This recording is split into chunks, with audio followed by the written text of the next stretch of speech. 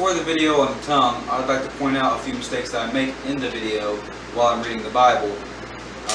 Here are a few of the errors, about four errors that I caught when I was reviewing the movie. There might be more, I'm not sure. So I'll apologize in advance if there's any other errors that I didn't get to see, didn't notice. But here are the four that I caught. I said unto instead of in around between 8:33 and 9:42, somewhere around there. The passage is Deuteronomy 23:21. And then I didn't read Proverbs 15:2 when I said I was going to. Around 24:38, around there somewhere. I added a. I said a in Ecclesiastes 5:3 at about 33 minutes into the video, and I added and in Isaiah 59:3 at around 36 minutes and 25 seconds, somewhere around there. I apologize, it was very late, I was tired, and it was kind of my first time making the video. So I hope you enjoyed the video. Hi, my name is Justin Horn, and today I thought I would take you to look through some Bible passages on the tongue. This will be part 1 of 2. I'm going to make a two-part video. It's part 1 of 2. Alrighty? Let's go ahead and turn to Exodus 20, verse 7. King James Bible.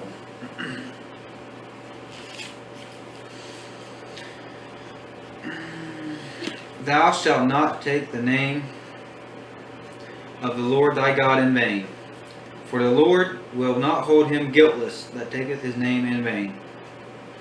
How many times a day, or how often do you hear people just saying God, or just taking his name in vain all the time? And it happens often, and you know, there's a lot of Christians out there, or a lot of people, the majority of the world, you know, they'll say stuff that they really, you know, hindsight, think, oh man, I shouldn't have said that. You know what I mean? But let's go ahead and look at Exodus 22:28.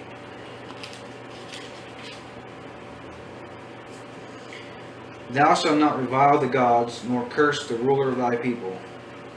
Okay, here it's also it's talking about revile the gods or curse the ruler of thy people. So authority figures. A lot of people will bash the president. You know what I mean? And a lot of people talk bad about the president. Well, the Bible says you shouldn't do that. You shouldn't curse the ruler of your people.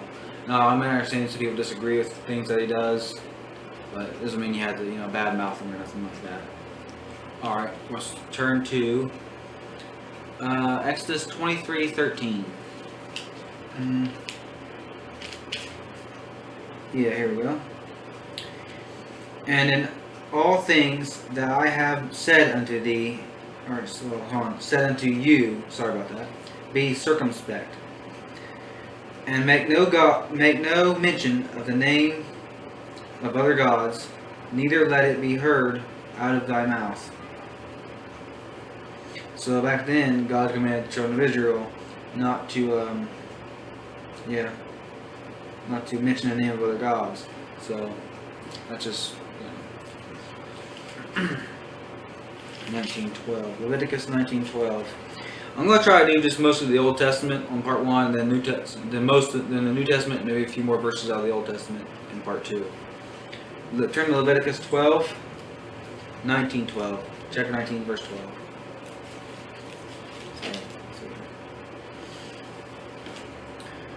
And ye shall not swear by my name falsely, neither shalt thou profane the name of thy God. I am the Lord. Alrighty.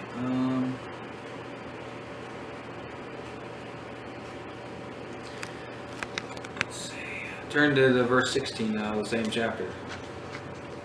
Thou shalt not go up and down as a talebearer among thy people, neither shalt thou stand against the blood of thy neighbor. I am the Lord.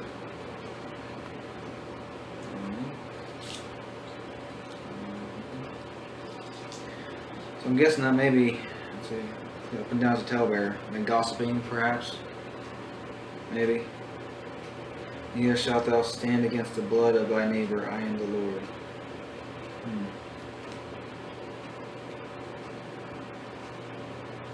Maybe that's like accusing someone falsely or something. Leviticus 20, verse 9 says, "For every one that curseth his father or his mother shall be surely put to death. He shall curse his." I'll apologize there. Start over on that part there. "He hath cursed his father or his mother; his blood shall be upon him." So back then, for cursing your mother and father, you would be put to death. Yeah, that's back in the Old Testament, but yeah, that's a pretty serious crime for saying something that you shouldn't have said. Let's see here. Leviticus 24. Aha, this is a good one. This is, in essence, in the Bible, there was a very serious crime, very serious punishment for blasphemy. Leviticus 24:10 through 16. And here we go. "And the son of an Israelitish woman, whose father was an Egyptian, went out among the children of Israel. And this son of the Israelitish woman, and the man of Israel, and a man of Israel, strove together in the camp. And the Israelitish woman's son blasphemed the name of the Lord and cursed. And they brought him unto Moses, and his mother's name was Shelomith, the daughter of Dibri, of the tribe of Dan. And they put him in ward, that the mind of the Lord might be shewed them. And the Lord spake unto Moses, saying, Bring forth him that hath cursed without the camp, and let all that heard him lay their hands upon his head, and let all the congregation stone him." Anyway, I'll stop right there. But back then, there was a penalty for blasphemy, being stoned. Now we're going to turn to, let's turn to Numbers 11:1. I think everyone was guilty of this one here. Probably, a lot of people are guilty of this one here. "And when the people complained, it displeased the Lord, and the Lord heard it, and his anger was kindled, and the fire of the Lord burnt among them, and consumed them that were in the uttermost parts of the camp." So that's when the Lord punished the children of Israel for complaining. That's pretty significant right there. Let's see.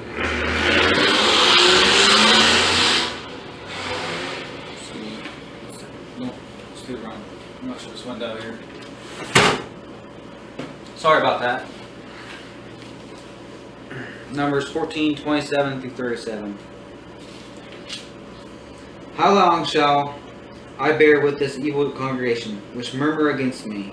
I have heard the murmurings of the children of Israel, which they murmur against me.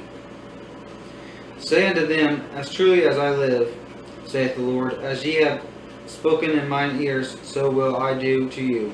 Your carcasses shall fall in this wilderness, and all that were numbered of you according to your whole number, from 20 years old and upward, which have murmured against me. Doubtless ye shall not come into the land concerning which I swear to make you dwell therein, save Caleb the son of Jephunneh and Joshua the son of Nun. But your little ones, which ye said should be a prey, them will I bring in, and they shall know the land which ye have despised. But as for you, your carcasses, they shall fall in this wilderness, and your children shall wander in the wilderness 40 years, and bear your whoredoms until your carcasses be wasted in the wilderness." Hold on a second, I'm going to stop right there. So I'm a little off topic, but yeah, I was talking about murmuring and stuff like that, which I guess would go along with complaining. I'll stop right there. Deuteronomy 23. Deuteronomy 23. And I won't apologize if I stutter or anything like that. It's my first time making a video, so just bear with me for a minute. 21 through 23. When thou shalt vow a vow unto the Lord thy God, thou shalt not slack to pay it. For the Lord thy God will surely require it of thee, and it would be sin unto thee. But if thou shalt forbear to vow, it shall be no sin in thee. That which is gone out of thy lips thou shalt keep and perform, even a freewill offering, according as thou hast vowed unto the Lord thy God, which thou hast promised with thy mouth. So right there is something about making vows and then performing, keeping your vows.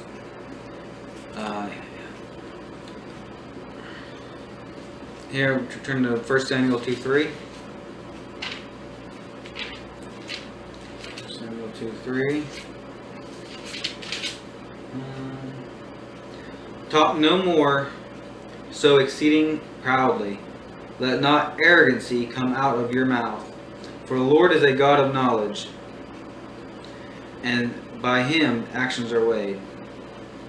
So right there is something about talking proudly and arrogant.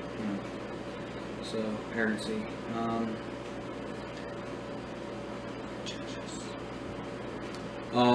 I'm going to go to back to Judges real quick. Judge 11:30 through 40. Yeah. Judges 11, chapter 11, verse 30 through 40. This is an instance where someone who made a vow unto the Lord and it cost them dearly. And Jephthah vowed a vow unto the Lord and said, If thou shalt without fail deliver the children of Ammon into mine hands, then it shall be that whatsoever cometh forth of the doors of my house to meet me when I return in peace from the children of Ammon shall surely be the Lord's, and I will offer it up for a burnt offering. Now I'm going to go down to verse 34 and I'll continue from there. And Jephthah came to Mizpah unto his house, and behold, his daughter came out to meet him with timbrels and with dances, and she was his only child. Beside her he had neither son nor daughter. And it came to pass when he saw her, that he rent his clothes and said, Alas, my daughter, thou hast brought me very low, and thou art one of them that trouble me. For I have opened my mouth unto the Lord, and I cannot go back. And she said unto him, My father, if thou hast opened thy mouth unto the Lord, do to me according to that which hath proceeded out of thy mouth. For as much as the Lord hath taken vengeance for thee of thine enemies, even of the children of Ammon.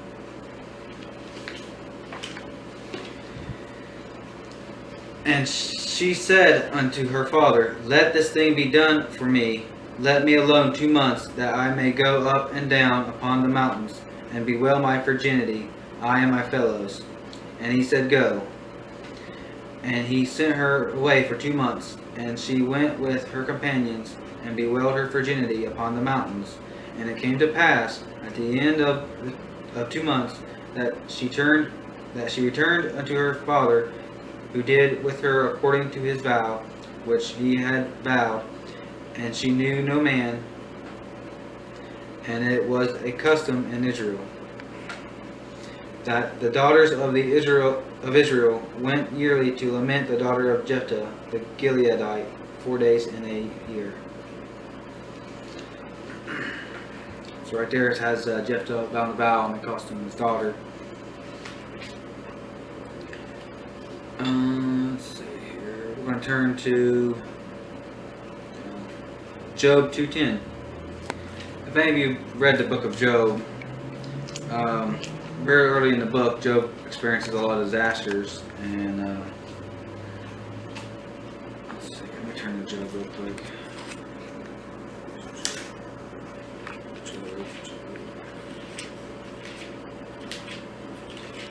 And it goes on talking about how he lost almost virtually everything. And he loses his children, he loses his property, he gets boils, or, I think it's boils. It's, let's see.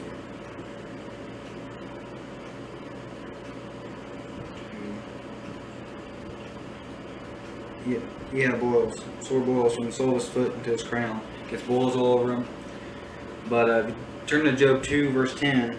After all this happens to him, he gets sorely afflicted.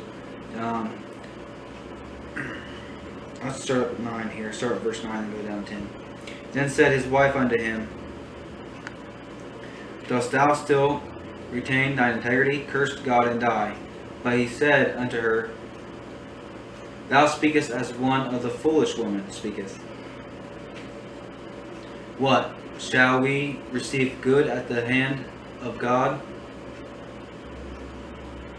And shall we not receive evil?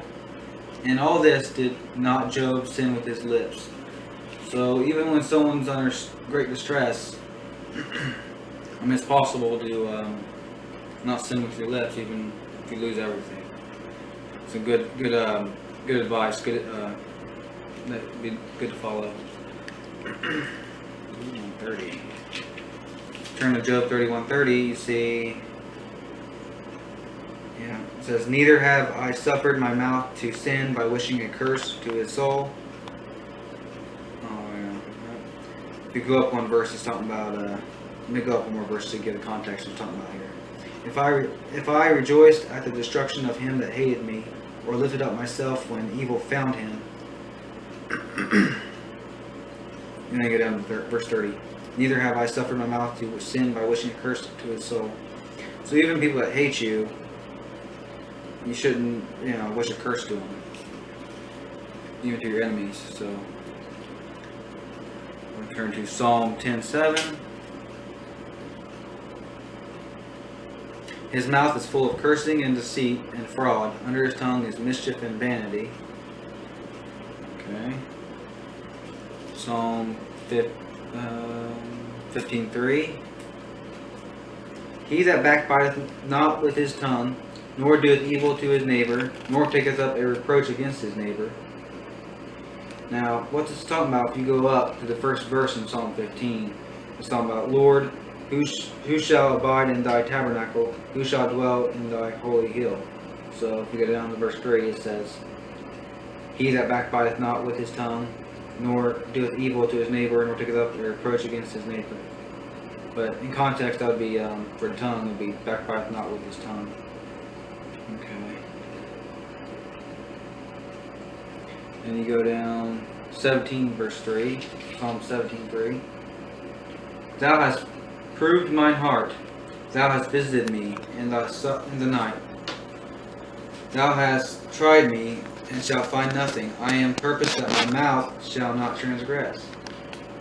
So right there has someone who's determined not to sin with their mouth. It's pretty nice. 36:3 in Psalms here. The words of his mouth are iniquity and deceit. He hath left off to be wise and to do good. So right there, it's very interesting too. The words of his mouth are iniquity and deceit. He hath left off to be wise and to do good. Alright, now we're going to turn to Psalm 37:30. And it says, The mouth of the righteous speaketh wisdom, and his tongue talketh of judgment. I'll repeat it again. The mouth of the righteous speaketh wisdom, and his tongue talketh of judgment.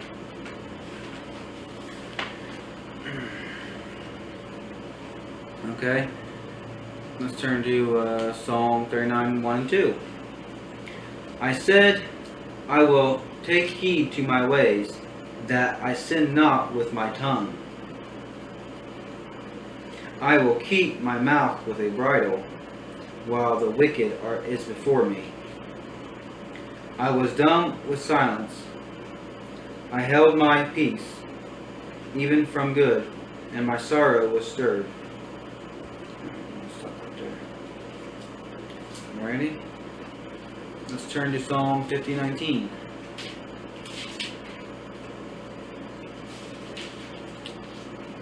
Thou givest thy mouth to evil, and thy tongue frameth deceit. Alright. Let's see here. Turn to 59:12 now.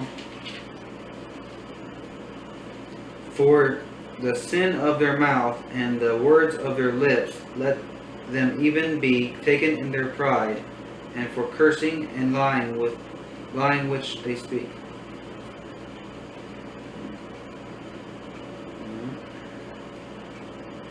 Let's turn to Psalm 109:17.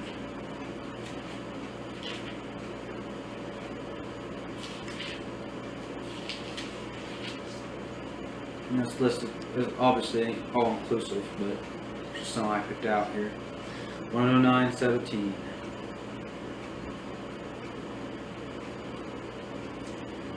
As he loved cursing, so let it come unto him. As he delighted not in blessing, so let it be far from him.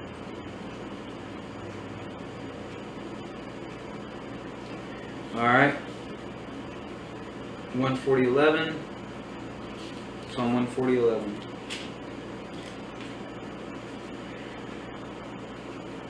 Let not an evil speaker be established in the earth. Evil shall hunt the violent man to overthrow him.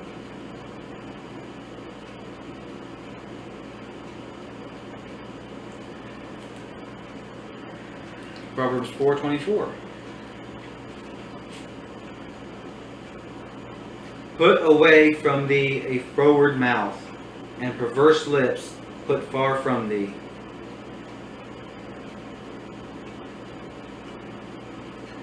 That's a good one. 6:12.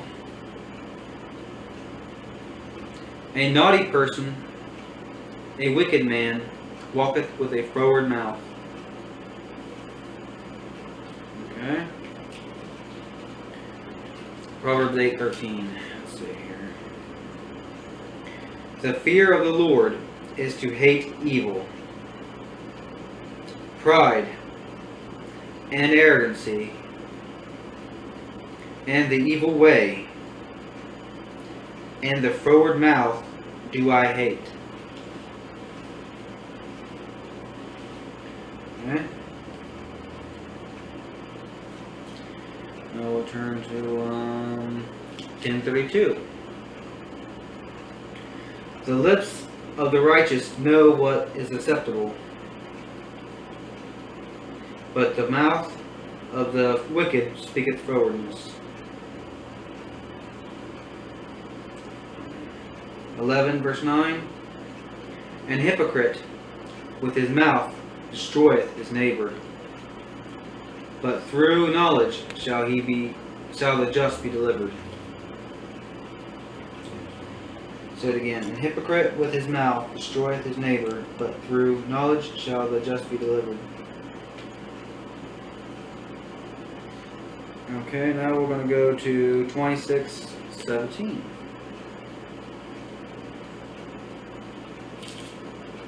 Actually, we're going to go to 11:13. I'll come back to that. Proverbs 11:13 says, a talebearer revealeth secrets,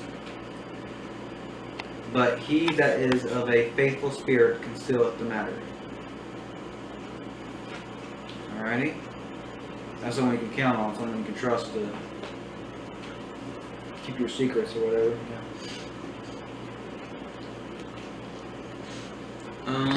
Proverbs 11:22. 22.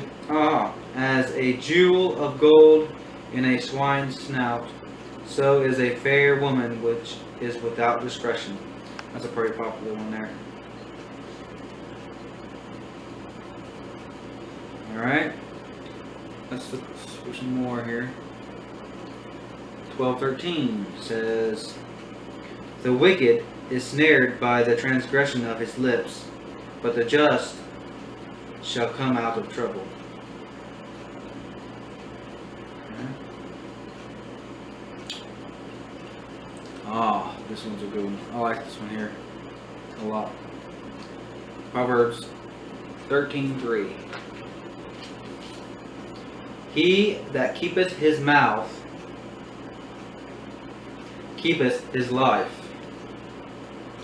but he that openeth wide his lips shall have destruction. Alright. Let's, you should say some,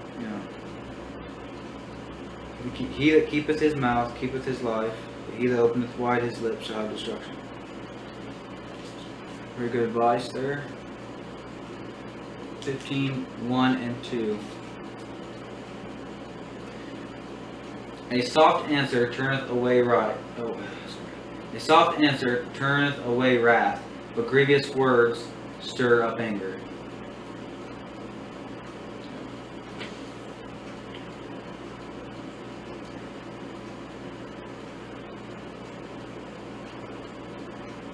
Alright, go down to verse 4, the same chapter. A wholesome tongue is a tree of life, but perverseness therein is a breach in the spirit. Alright. 16:28. A froward man soweth strife, and a whisperer separateth chief friends.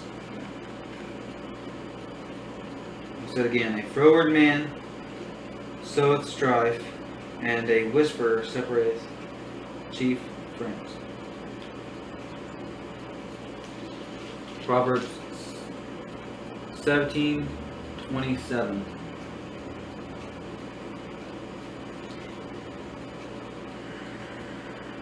He that hath knowledge spareth his words, and a man of understanding is of an excellent spirit. Okay. I'll say it again. He that hath knowledge spareth his words, and a man of understanding is of an excellent spirit. Even a fool, when he holdeth his peace, is counted wise, and he that shutteth his lips is esteemed a man of understanding. So even people that are considered a fool, when they hold a peace, counted as wise. So, yeah. Now we're going to go look at Proverbs 18:6-8. A fool's lips enter into contention, and his mouth calleth for strokes. A fool's lips enter into contention, and his mouth calleth for strokes. Then you go to the next couple verses here, 18:7 and 8. A fool's mouth is his destruction, and his lips are the snare of his soul. The words of a talebearer are as wounds, and they go down into the innermost parts of the belly. Let's see here. 18:13. There's a lot of Proverbs 18 here. He that entereth a matter before he heareth it, it is folly and shame unto him.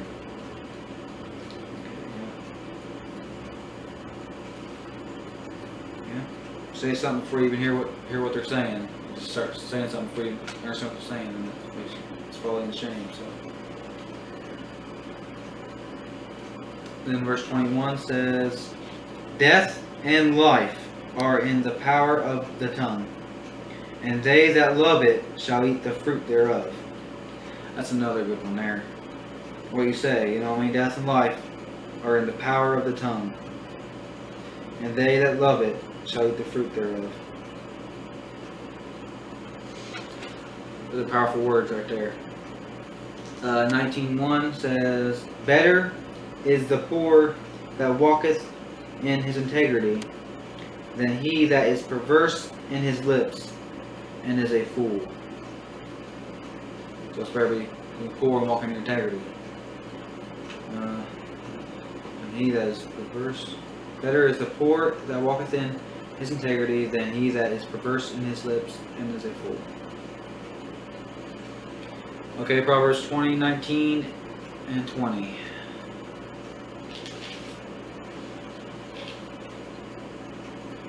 He that goeth about as a talebearer revealeth secrets. Therefore meddle not with him that flattereth with his lips.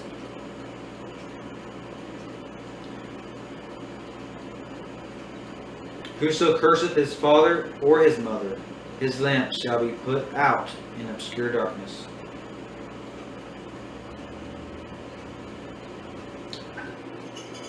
Proverbs 21:23 says, Whoso keepeth his mouth and his tongue keepeth his soul from troubles.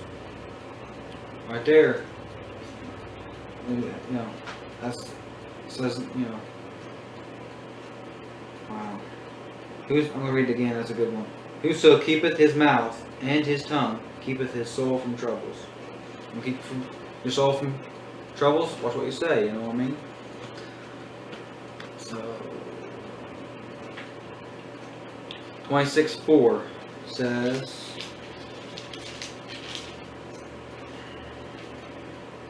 Answer not a fool according to his folly, lest thou also be like unto him. Answer a fool according to his folly, lest he be wise in his own conceit.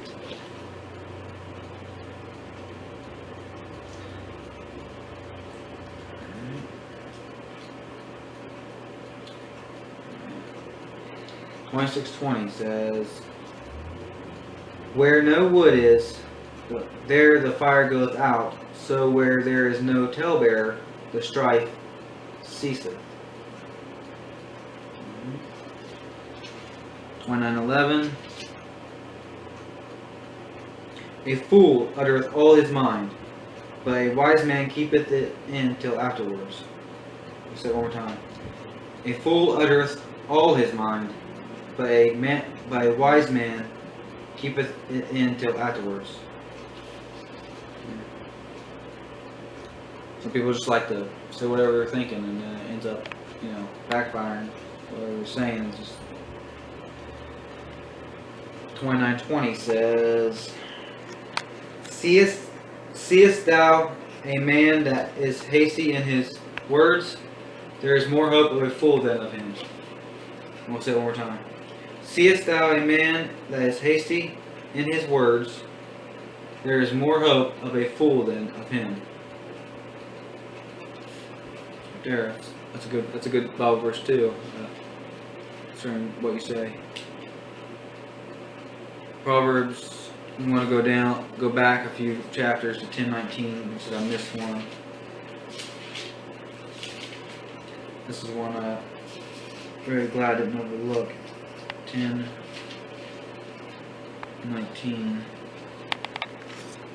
In the multitude of words there wanteth not sin, but he that refraineth his lips is wise. Alright.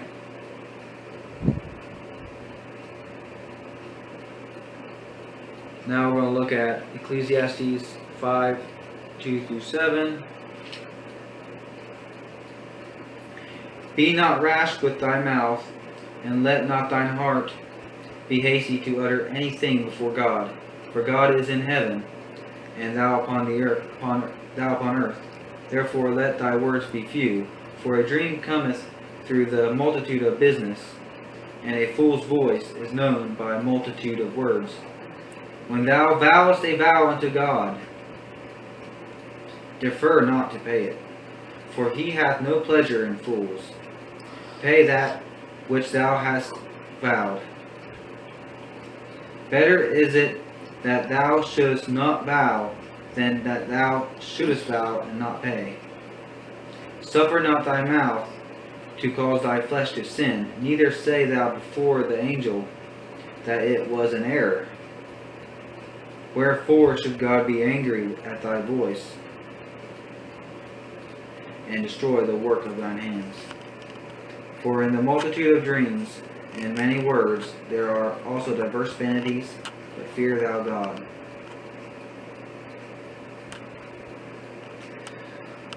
Alright.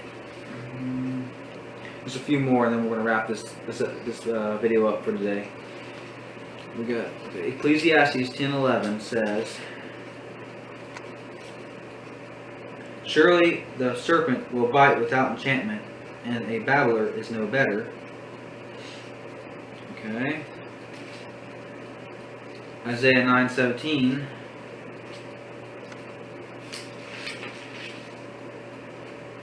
"Therefore the Lord shall have no joy in their young men, neither shall have mercy on their fatherless and widows, for every one is an hypocrite and an evildoer, and every mouth speaketh folly. For all this his anger is not turned away, but his hand is stretched out still."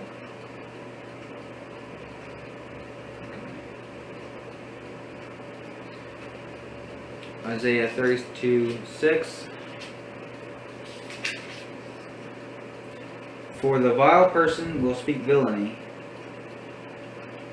and his heart will work iniquity, to practice hypocrisy, and to utter error against the Lord, to make empty the soul of the hungry, and he will cause the drink of the thirsty to fail."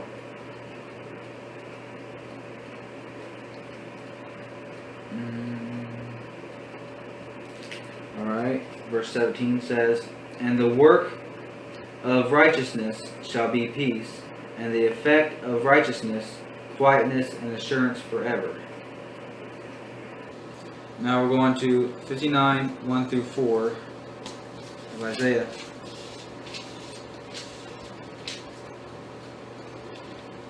"Behold, the Lord's hand is not shortened that it cannot save, neither is his neither his ear heavy that it cannot hear. But your iniquities have separated between you and your God, and your sins have hid his face from you, that he will not hear.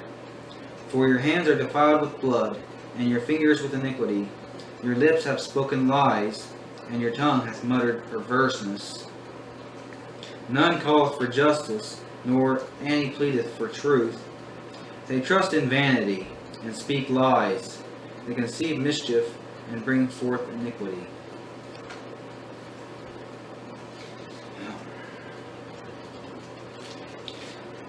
Lamentations 3:26. Lamentations 3:26.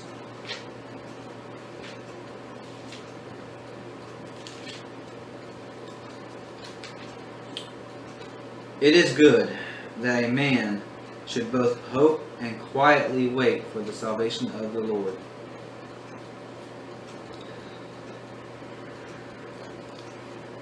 Hosea 7:16.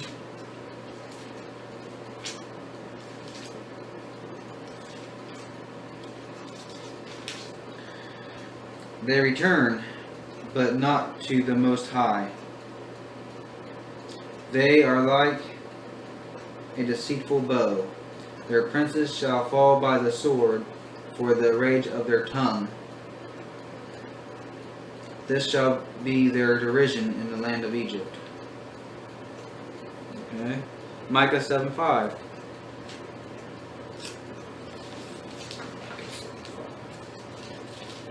Last couple ones here. We're doing this one and two more for this part here. Micah 7:5. "Trust ye not in a friend, put ye not confidence in a guide. Keep the doors of thy mouth from her that lieth in thy bosom." Alright. And Zechariah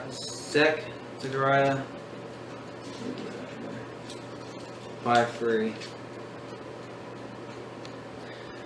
"Then said he unto me, This is the curse that goeth forth over the face of the whole earth. For every one that stealeth shall be cut off as on this side according to it, and every one that sweareth shall be cut off as on that side according to it." And then Proverbs 26:17, going back to Proverbs real quick. There's one I missed in there. And we'll be done. Proverbs 26:17. He that passeth by and meddleth with strife, belonging not to him, is like one that taketh a dog by the ears. Yeah. If you see someone else, you walk by and see someone have an argument, you really shouldn't just butt your head in where it don't belong. Well, that's about we're halfway through. It's part 1 of the tongue, and until next time, I'm Justin Horn. Have a good day.